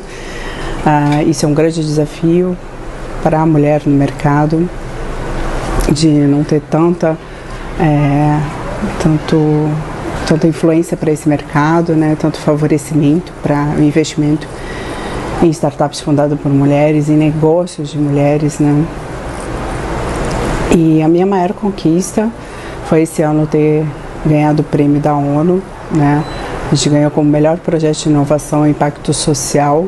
É a primeira vez que a saúde feminina ela fica dentro da ODS 3, que ela é enfatizada dentro de um evento que foi transmitido para 150 países, então foi uma grande conquista.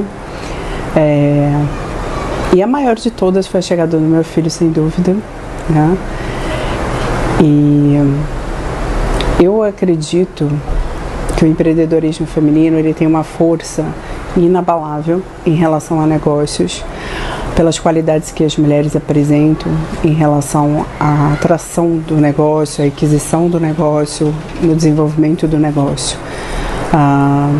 E essas qualidades, elas estão muito voltadas à criatividade, à compaixão, a senso de liderança, a inclusão social, a compaixão, né, e das conexões. Isso tudo favorece o mercado de forma extremamente positiva. A intuição da mulher também nesse sentido, ela é muito, muito interessante. Ela consegue ver um contexto de um lado que é um lado emocional e que é super viável, que traz uma positividade muito grande para o mercado em termos de crescimento de negócio, envolvimento com os clientes.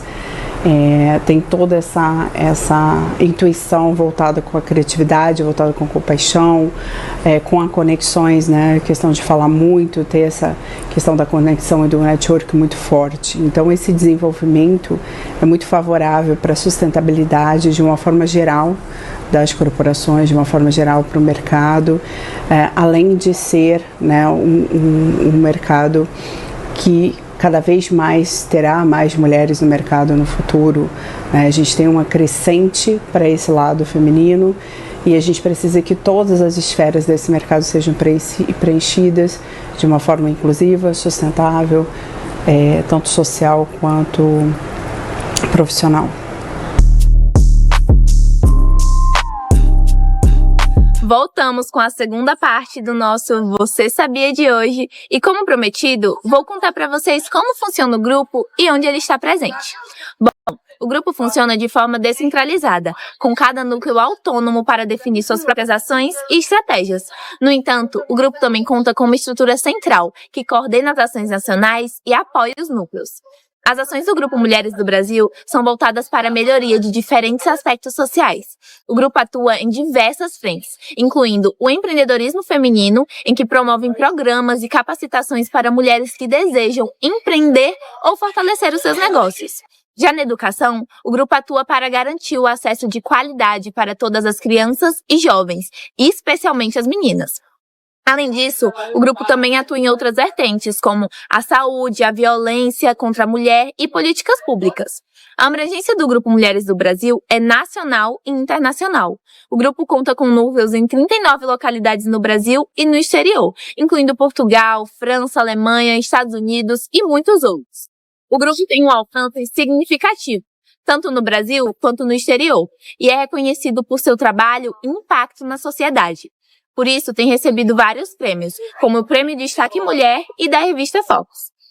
Falando em impactos, na próxima parte do nosso quadro, volto para contar para vocês quais são os impactos positivos que o grupo tem gerado e mudado vidas por aí. Então, não sai daí que a gente já volta.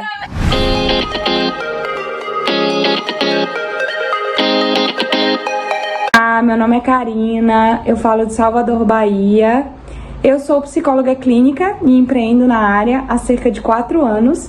E no meu trabalho, eu ajudo mulheres através do autoconhecimento, com atendimentos, palestras e consultorias em reabilitação, que significa que eu ajudo pessoas a entenderem um pouco mais sobre o universo da reabilitação, da inclusão de pessoas com deficiência e a entenderem os direitos das pessoas com deficiência, uma especialização que eu tenho dentro da área da psicologia, e também ajudo mulheres a se conhecerem melhor e, através disso, construírem a história e a vida que elas querem viver, aceitando as histórias que elas já têm, acolhendo as suas dores e também construindo uma relação mais saudável com si mesmas e com seus corpos. Além disso, o empreendedorismo, para mim, é você ter a capacidade de colocar a sua voz no mundo e servir as pessoas que precisam do seu serviço, ouvir o que você tem para falar, ajudar através de uma aula, de um atendimento, no meu caso, por exemplo. Para mim, o meu maior desafio como empreendedora é justamente, no início, foi achar clientes que queriam e se interessavam pelo serviço da psicoterapia, porque a saúde mental, ela tomou um lugar muito de vitimização e de terapia é só pra doido. E quando a gente entende que a psicoterapia, na verdade, é uma ferramenta que empodera alguém, assim como o empreendedorismo faz, a gente pode também ajudar essa pessoa a construir a melhor versão de si mesma. Para mim, a minha maior conquista com o empreendedorismo foi ampliar os serviços para além da psicoterapia. Então, começar a dar aula, começar consultorias para outras pessoas que podiam precisar do meu serviço numa maior escala.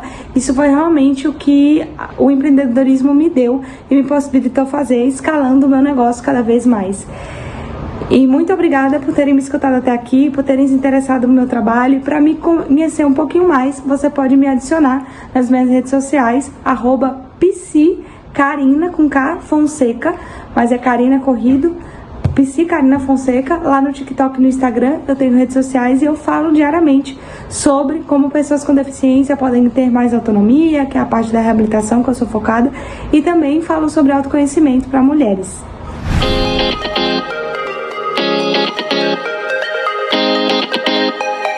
Olá, eu sou Eulina Lavigne, tenho 62 anos, sou empreendedora social e sou de Salvador. Em 2018 eu decidi morar aqui na zona rural de Aurelino Leal, na fazenda Luliana, uma terra que recebi de herança do meu pai e hoje eu sou a guardiã. Quando eu vim para aqui, eu vim com um propósito de trabalhar 2 objetivos do desenvolvimento sustentável da ONU, que é redução da desigualdade social e trabalhar com as comunidades sustentáveis. Nós temos um projeto social chamado Mãos que Acolhem. Nós trabalhamos com a produção de cacau e o estímulo para a produção de cacau fino, para a elaboração de chocolates artesanais e seus derivados. Hoje nós temos uma marca de chocolate chamado Chocolate Lavigne Brasil. Ser empreendedora, mulher, eu faço uma analogia, como se a gente entrasse na floresta com um novo olhar, assumindo um pouco o papel de cada animal que se apresenta. A gente precisa, às vezes, ir em passinhos de formiga, mais focado no propósito. Às vezes a gente precisa dar uma desacelerada, né, virar uma tartaruga, para a gente ir observando as coisas como com o olhar de uma coruja que olha para todos os lados. A gente precisa ser uma girafa, a gente precisa sempre estar olhando para frente. Às vezes a gente precisa ser um macaco, que a gente precisa sair de onde está, né, percebe que não é esse o caminho, a gente vai para outro caminho. A gente precisa ser um leão para a gente enfrentar as adversidades. E a gente precisa ir com um olhar confiante, com a nossa coragem, com a nossa determinação, com a nossa flexibilidade. E a gente precisa trazer esse equilíbrio entre a energia masculina e feminina. É esse equilíbrio que dá o tom de ser empreendedora mulher. Um dos maiores desafios foi eu, como mulher, trabalhar com os homens. O masculino prevalece na cultura do cacau, né? E nós tivemos vários desafios, que é trazer a educação climática. Nós somos produtores orgânicos. Nós tivemos que fazer uma limpeza, né? Tiramos no início, em 2019, um caminhão de lixo, a coleta seletiva de lixo com compostagem. Nós implantamos em 2019 um programa de alfabetização com inclusão digital com 10 jovens, justamente para melhorar a educação rural, que é um grande desafio também. Então, como empreendedora social, a gente está desenvolvendo esse trabalho aqui na região sul. Outro grande desafio nosso é manter as mulheres e os jovens aqui na terra. Hoje, a maioria dos homens que nós temos aqui estão solteiros, porque as mulheres e os jovens querem aproveitar, conhecer os benefícios que a cidade oferece para eles. A lida com cacau é um trabalho muito desafiador, porque esse trabalho de domingo a domingo, a gente precisa pedir para parar, ajudar ele a perceber que ele precisa ter uma horta. Ele pode conciliar isso. Quando eu cheguei aqui não tinha horta, mas agora a gente está incentivando cada agricultor ter uma horta no fundo da sua casa. A gente tentou a horta coletiva, no início foi muito bacana e depois não deu certo, mas hoje a gente procura estimular uma horta, que cada um tenha a sua horta no fundo da sua casa.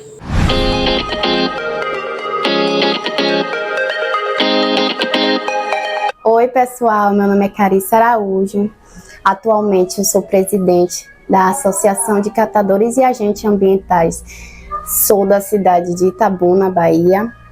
Aqui eu faço parte da coordenação, onde a gente orienta os associados e a gente instrui a forma de trabalho, eu e juntamente os meus colegas. Também sou cabeleireira nas horas vagas. Aqui na associação, nós trabalhamos de uma forma que ajuda a população a se sensibilizar com os descartes de resíduos, ajudando o meio ambiente e nos ajudando também com o seu material. E um dos nossos desafios aqui na associação é unir todos os pensamentos, porque como somos associados, é muita gente, pensamos de forma diferente, mas nós tentamos pegar um pouco do pensamento de cada um para poder juntar em um propósito só. A minha maior conquista atualmente é estar na presidência da associação.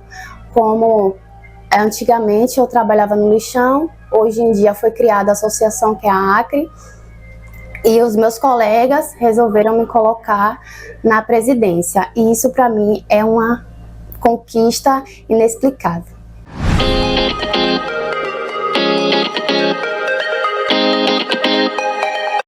Olá, tudo bem? Eu me chamo Catarina Negrais, eu faço parte de uma cooperativa de reciclagem chamada Mão no Lixo, que atua em Morro de São Paulo. Eu sou uma curitibana que passou alguns anos em São Paulo e há 3 anos mora em Morro, aqui na Bahia.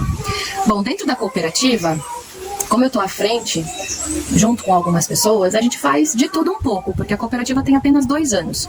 Então são poucas pessoas se distribuindo em diversas atividades.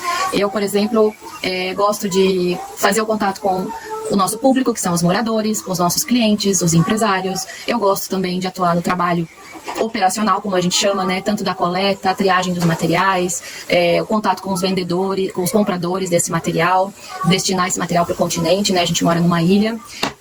E também o o contato com possíveis apoiadores, enfim, todas as etapas do processo. Gosto de me envolver. Gosto e preciso me envolver, né? De conquistas, por enquanto, como a gente está no começo, para mim já é válido todo tipo de reconhecimento. Então, às vezes a gente é parado na rua, a pessoa nos dá um sorriso, reconhece o nosso trabalho, e isso já faz toda a diferença para a gente querer continuar. Mas uma conquista que ainda guardo no meu coração, que eu quero ver acontecer, é ver a cooperativa recheada de pessoas. Pessoas que vão estar trabalhando e ganhando a sua vida do trabalho que a gente proporciona. Pessoas que vão estar sendo impactadas pelo nosso trabalho, pessoas que vão mudar, quem sabe, os seus hábitos, baseado na educação ambiental, na consciência ambiental que a gente traz e que a própria reciclagem traz para o mundo, né, esses questionamentos, essa proposta de novos hábitos. Então, eu quero ver todo o impacto que a cooperativa Mão no Lixo e que esse processo todo vai fazer no mundo. E eu acho que empreendedoras mulheres, o empreendedorismo feminino, de um modo geral, ele traz para o cenário, né, pro cenário profissional um ambiente mais receptivo. Eu acho que a grande qualidade de tudo que é feminino é a receptividade. A gente agrega pessoas, a gente tira um pouco a questão da competitividade, da individualidade e traz mais para o coletivo. E nesse ambiente mais acolhedor, né, da filosofia do cuidar, a gente parece que convida as pessoas a expressarem, a se auto-expressarem. Então, eu acredito que nesse processo as pessoas trazem o que elas têm de melhor. E quando cada um contribui com o que tem de melhor, traz coisas fundamentais para a construção de um novo mundo, né? Que é a sua criatividade e que é a própria diversidade. Então, esses dois fatores, eu acredito que são as grandes contribuições que o empreendedorismo feminino pode trazer para todo esse processo. Voltamos com a última parte do nosso quadro. Então, o impacto do Grupo Mulheres do Brasil pode ser medido pela mudança de mentalidade que o grupo tem promovido na sociedade. O grupo está trabalhando para construir uma sociedade mais justa para todas as mulheres e seu impacto é significativo. Então, aqui estão alguns números que demonstram o impacto do Grupo Mulheres do Brasil. Bom, no empreendedorismo feminino, o grupo já ajudou mais de 100 mil mulheres a empreender ou fortalecer os seus negócios. Na educação, o grupo já apoiou mais de 100 mil crianças e jovens, especialmente as meninas, a ter acesso à educação de qualidade. Na saúde, o grupo já realizou mais de 1 milhão de atendimentos para mulheres com foco na saúde sexual e reprodutiva. Na violência contra a mulher, o grupo já ajudou mais de 10 mil mulheres vítimas de violência a terem acesso a apoio e proteção. Nas políticas públicas, o grupo já influenciou a formulação e implementação de 100 políticas públicas que promovem a igualdade de gênero. Existem 155 núcleos do Grupo Mulheres do Brasil. 113 deles estão aqui no Brasil e 42 deles ao redor do mundo. Mas não se preocupa, se você se interessou pelo grupo e quer estar atualizado sobre as ações que acontecem na nossa região, você pode encontrar mais informações nos núcleos que temos aqui, pertinho de nós. Um deles é o de Itabuna, que você pode encontrar no Instagram pesquisando por @Grupo Mulheres Brasil Itab, e o de Ilhéus, que você também consegue encontrar no Instagram pesquisando por @Grupo Mulheres Ilhéus. O nosso Você Sabia de hoje chegou ao fim. E se você não sabia, gostou e quer continuar por dentro dessa e de outras curiosidades, não perca o nosso próximo episódio. Vejo vocês! Hoje estamos aqui com Lene Bispo para conhecer um pouquinho mais quem é Lene Bispo e um pouquinho da sua história. Obrigada, Lene, por nos receber. E para começar, pode falar um pouquinho pra gente quem é Lene, um pouquinho da sua história. Olá a todos e todas, me chamo Lene, como a Jéssica já falou. Agradecer o convite do Trilho da Sustentabilidade e dizer que eu sou empreendedora. Eu tenho uma empresa que é a Lepô Geleias e Conservas Artesanais, especialista em fabricação de geleias, antepastos, todos os tipos de conservas e alguns outros produtos. E conta um pouquinho pra gente do que é ser empreendedora pra você. É uma trajetória que não é fácil, mas eu sempre conto nas histórias em que eu apresento o meu produto, a minha empresa, que é importante você empreender com aquilo que você sonha, com algo que você gosta, com algo que te faz feliz, que faz seu coração pulsar, e aí seu empreendimento se torna mais viável. porque naqueles primeiros anos ali que a gente sabe que a gente não vai ter muito lucro, o que nos sustenta e que nos faz continuar no objetivo é essa manutenção e busca pelo nosso sonho. Eu adoro trabalhar com comida, com alimentos, então isso faz meu coração pulsar. Então eu estou ainda nesses 2 primeiros anos e tal, lutando muito para que a minha marca seja conhecida, consolidada e pautada nessa busca dos meus sonhos, né? De algo que eu gosto de fazer. Você falou assim de sonhos, conta um pouquinho pra gente como foi que nasceu esse sonho, esse desejo, essa vontade.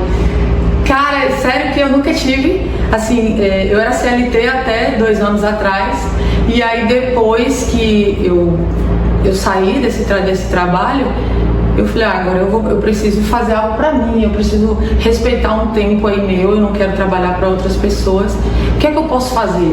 E aí, naquele período sabático que eu tirei para descansar um pouco, eu fui pensando, o que é que eu gosto de fazer, o que é que eu sei fazer bem, o que é que me motiva. Então eu fiz até um mapa mental, e fica a dica aí para as meninas que querem começar um negócio, você vai colocando no papel tudo aquilo que você sabe que você faz e aquilo que você faz muito bem. Então eu listei algumas coisas e dentre elas eu entendi, né, nessa busca de me conhecer, que eu sou boa com relacionamento, né, de pessoas e também cozinho bem. Como eu não queria agora essa questão de estar trabalhando para outras pessoas, mesmo que fosse uma empresa e ter essa questão do relacionamento, eu falei, então eu vou cozinhar. E aí com as experiências que eu adquiri durante o processo do trabalho de CLT, eu ganhei algumas experiências sobre o empreendedorismo, porque eu ensinava pessoas nas comunidades rurais e urbanas a criarem um negócio. Falava sobre embalagem, produto, trazia palestrantes para essas comunidades, então eu fui adquirindo experiência, eu aproveitei todo esse know-how para a minha empresa. E de todo esse tempo aqui, que você comentou já tem 2 anos, não é isso? Isso. Qual você acha que foi assim, sua maior conquista até o momento? Bom, eu acho que a conquista que a gente vai... é uma conquista diária, porque você se manter firme nesse propósito de ter um produto, convencer as pessoas de que seu produto é bom, de que você é boa naquilo que você faz, você tem que convencer a você de que você é muito boa, porque tem uma hora que você duvida, né? Então acho que essa é a minha maior conquista. Chegou um ponto que eu disse, cara, eu sei fazer isso, eu gosto de fazer isso, eu faço muito bem isso. Quando eu internalizei isso, foi muito mais fácil para contar a história do meu produto, que em todos os momentos que você que quem é vendedor sabe, que você vai ter que contar, vender o seu produto, você tem que contar uma história, você tem que trazer uma experiência para esse consumidor.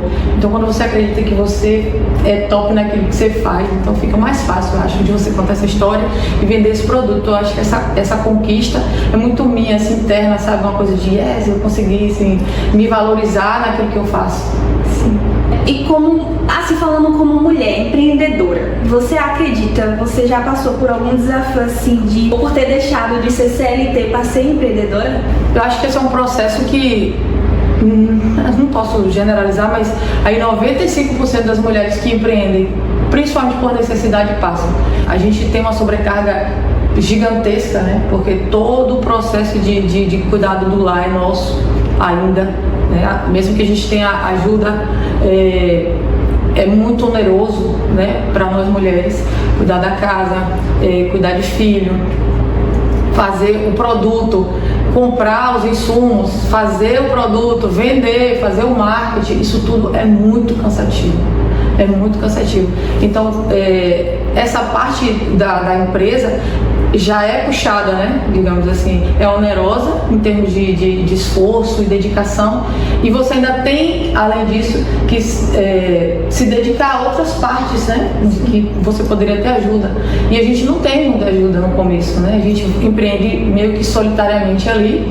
Você que domina todo o processo, então é bastante, é uma sobrecarga muito grande sobre a gente, principalmente mulher.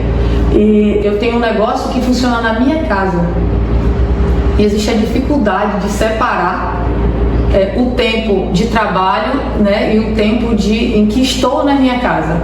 Então eu passei muito tempo para conseguir separar isso. Isso me fez, me trouxe, na verdade, uma exaustão, porque eu não tinha tempo para parar de trabalhar porque eu estava em casa. E eu não entendia, não, eu já estou aqui, eu posso fazer 11 horas pedido, 10 horas 8 horas da manhã, 5 horas da manhã. Então assim, como eu estava em casa, eu falei, não custa fazer. Mas só que a gente vai aprendendo com o tempo, a gente precisa separar as coisas. O limite.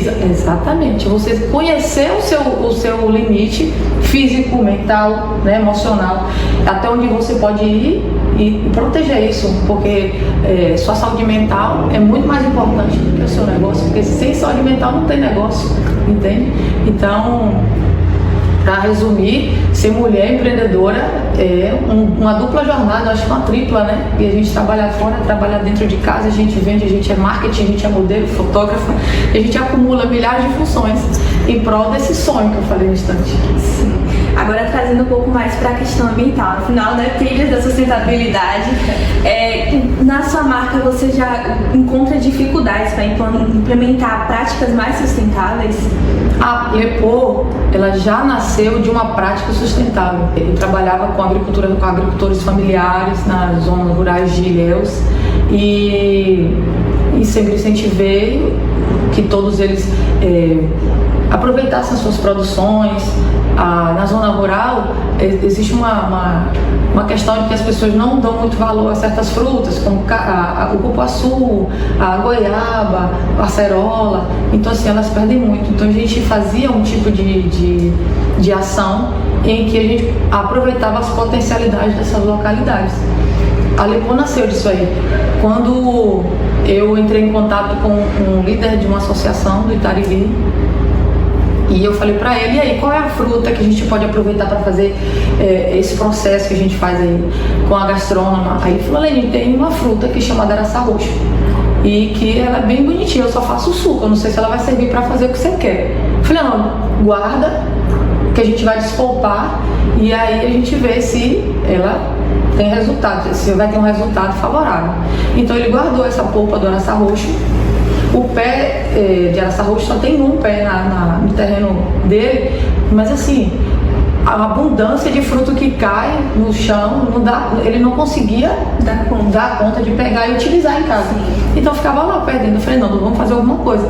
Aí nós escolhemos o cupuaçu para fazer um pudim que não vai ao forno, para ensinar as mulheres a venderem. E fizemos a geleia. As mulheres despolparam, tiraram o caroço, a gente fez uma oficina apenas para mulheres. Despolpamos e aí colocamos no fogo. Conforme essa geleia foi fervendo, ela foi ficando cheirosa, maravilhosa, brilhante. E quando ela ganhou consistência, eu falei, isso aqui é ouro. Vocês vão vender, tem que vender. Eu vou dar solução para vocês levarem isso aqui para as feiras que a gente vai fazer. Então eu sou sonhadora, né? E aí eu falei, eu trago os potes, eu ajudo nas boas práticas da cozinha, esterilização e etc e tal. Não consegui sair do trabalho antes que eu conseguisse realizar esse sonho de ver essas empreendedoras vendendo essa geleia de araçá roxo. Aí quando eu saí do trabalho, eu tinha pedido o líder da associação de lá para guardar todo o araçá roxo que caísse, né, que ele conseguiu escolher. Ele tem um freezer de 400 litros. Então, ele me ligou um mês depois, Leni, eu tô guardando aqui a polpa do araçá, tem 400 litros aqui de araçá. Eu falei, e agora? Que eu não tô mais trabalhando. Fui buscar essa polpa porque eu dei minha palavra, paguei, trouxe aí uns 40 quilos de polpa de araçá roxo e coloquei em casa. Falei pra minha mãe, a gente vai beber suco até o final do ano, isso era o começo do ano. Mas enfim, no decorrer do tempo eu pensei, por que não fazer a geleia para ver se fica boa? Aí fiz essa geleia. A primeira geleia que foi lançada foi a da Lepô. E ela é fruto dessa sustentabilidade, fruto do extrativismo, fruto da agricultura familiar, do pequeno produtor. Então, a partir daí, eu mantive essa linha de pensamento, de privilegiar o agricultor familiar. Tanto que eu pego as polpas de cupuaçu, de açaí, tudo no mesmo lugar até hoje, no Itariri. E coloco sempre na frente a questão da sustentabilidade. Vamos evitar utilizar água, eu ensino o pessoal o processo de higienização das frutas e tudo mais, colher o máximo de fruta possível que cai, para não deixar desperdiçar. Falo com eles sobre outros tipos de beneficiamento dessas frutas, já que eu não consigo absorver tudo, entendeu? Então todo o processo da Lepo é pensado na sustentabilidade. Além de que eu não utilizo embalagem plástica, todas as minhas sacolas são de material reciclável, todas as paletas de amostra, de teste da geleia é de madeira reflorestada. Então, em todos os detalhes da Lepo, onde eu consigo, eu aplico sim a sustentabilidade. E ainda tenho a parceria com a Ecoleve, né? Quando eu faço eventos grandes, a gente aluga recipientes para que as pessoas depositem ali vasos plásticos. Eu trago esse lixo todo, esses resíduos todos para a cidade e levo para a Associação dos Catadores aqui de Itabuna. Para quem ainda não conhece, que meus parceiros. Lene, estamos sabendo que além de ser mãe, de ser tudo isso que você falou, sabemos também que você faz parte do grupo de mulheres empreendedoras do Brasil, né? Conta um pouquinho também pra gente sobre isso. Esse é um grupo que foi criado pela Luísa Trajano, é o Grupo Mulheres do Brasil, e ele tem vários comitês. Em cada núcleo, existe um núcleo aqui na cidade de Itabuna, que a líder é a Vandressa Souza, e existem comitês de educação, saúde, apoio emocional, combate à violência contra a mulher. Tem alguns comitês temáticos. Eu estou como líder do Comitê de Empreendedorismo. E hoje nós contamos com 106 integrantes, 106 mulheres de diversos nichos e que tem vários produtos e serviços para oferecer. E quais as ações assim que seu comitê tem desenvolvido aqui na cidade? Bom, o comitê ele tem uma função estratégica assim, para as mulheres que o integram. Além de fazer essa conexão entre instituições apoiadoras e as empreendedoras, a gente consegue dar visibilidade aos produtos dessas mulheres através de criação de feiras, de participação de eventos, parcerias com grandes empresas que nos levam a fazer essas feiras, que nos dão estrutura.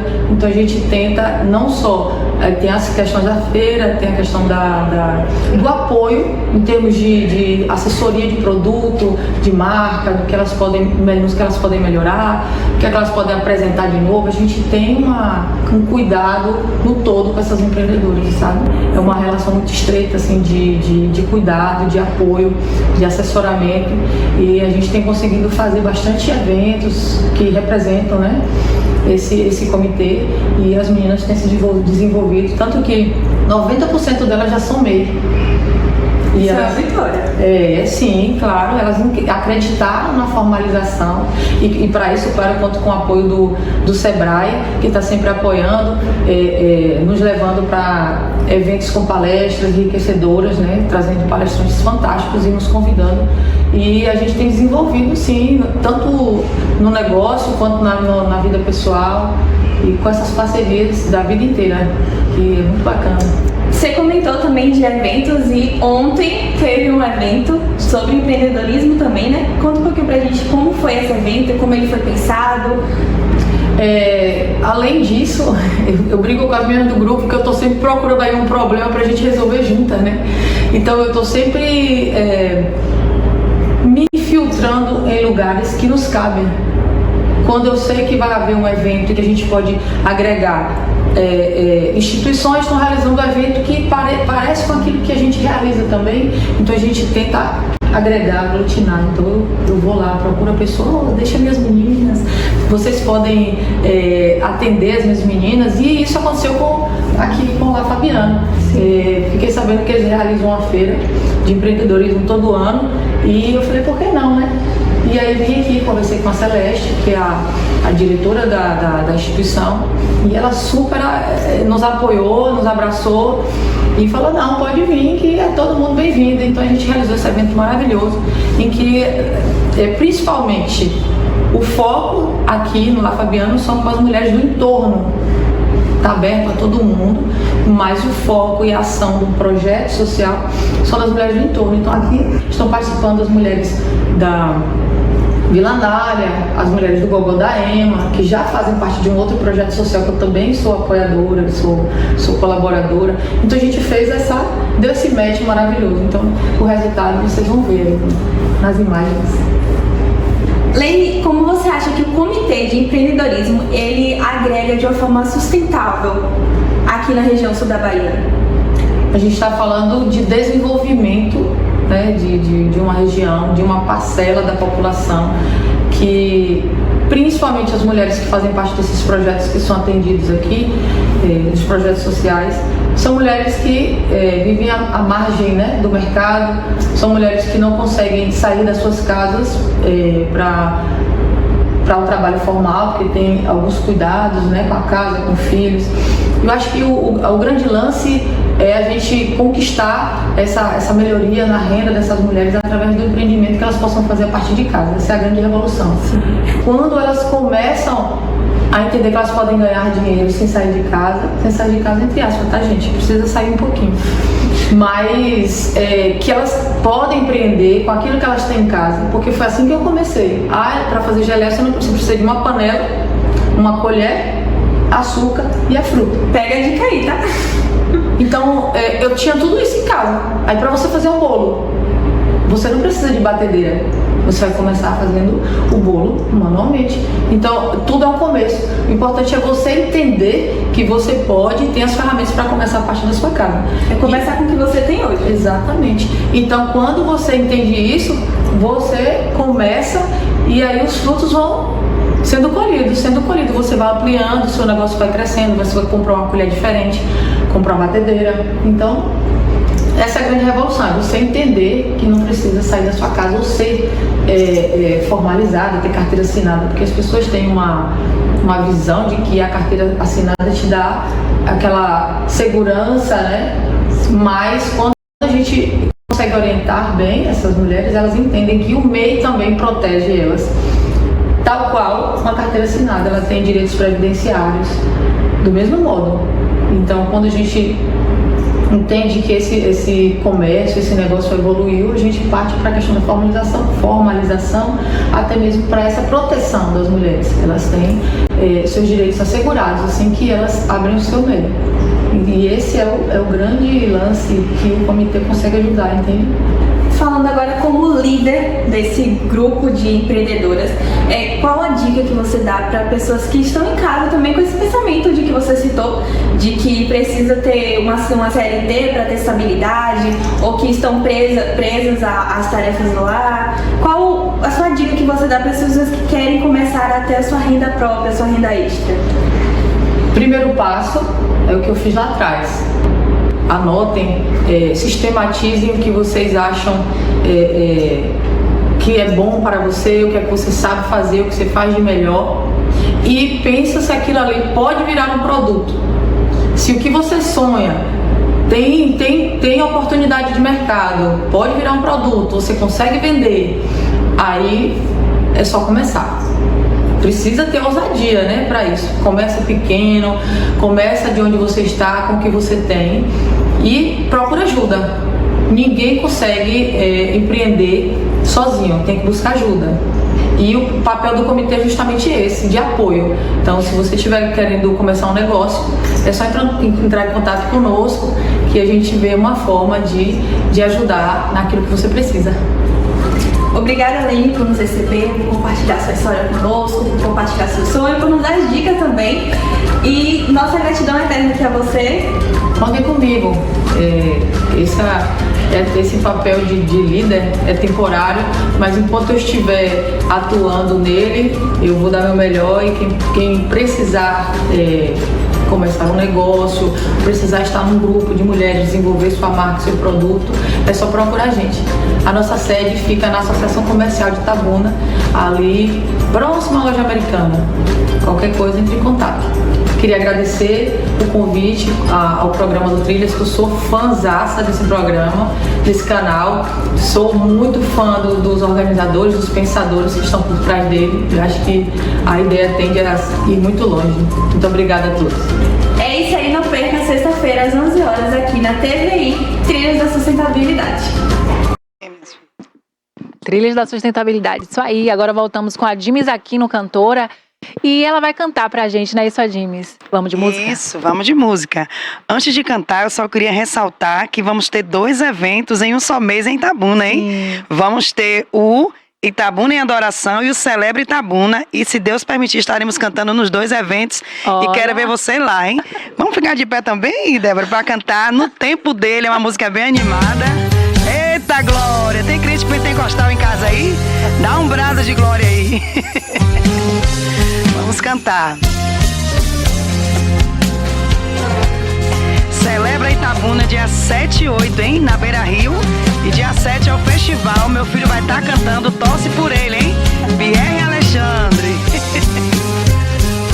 Um alô, Ana Luísa, que tá em casa, minha filha.